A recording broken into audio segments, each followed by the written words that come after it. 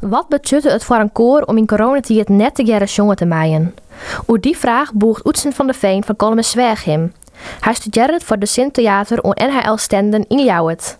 Van de gemeente Ljouwert kreeg hij de opdracht om op die vraag een theatervoorstelling te maken. Het verenigingsleven dat zit eigenlijk best wel op zijn kop door de huidige coronamaatregelen. Want ze kunnen zo niet meer bij elkaar komen. Dus toen dachten ze van oké, als jullie nou gewoon theater met ze maken, dan komt dat verenigingsleven, dat komt misschien weer tot bloei en dat stimuleert het misschien wel. Oetsen benaderde Vrouwenpopkoor Switch uit Ljouwert voor het stik.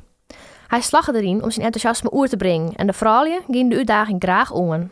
Wij vinden het wel heel leuk om hier aan mee te mogen doen, want zo voelt het een beetje. Zo van, goh, in een theater lekker bezig, je bent heel anders met elkaar bezig, je leert elkaar weer anders kennen.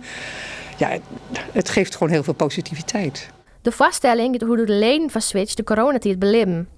Oetsen liet de vrouwen haar ondervindings op papier zetten en die persoonlijke verhalen bij in het stik verwerken. We hebben meerdere perspectieven, belichten wij in ons stuk. En in het stuk wordt ook muziek gemaakt en er wordt ook aan het publiek laten zien van oké, wat zijn de effecten van geen muziek op een lange termijn. Dus eigenlijk het koorleven en corona en wat erbij komt kijken, corona.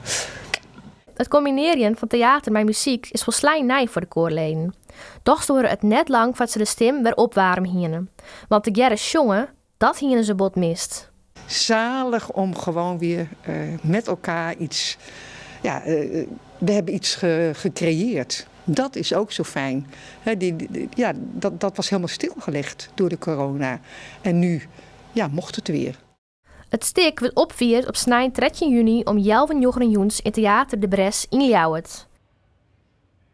Nevens Oetsen en de vrouwen is het een bijzondere en kwetsbare voorstelling worden.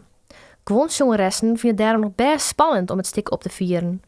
Maar aan enthousiasme ontbreekt het haar net. Ik denk dat het heel mooi wordt. Ja, we hebben er wel zin in.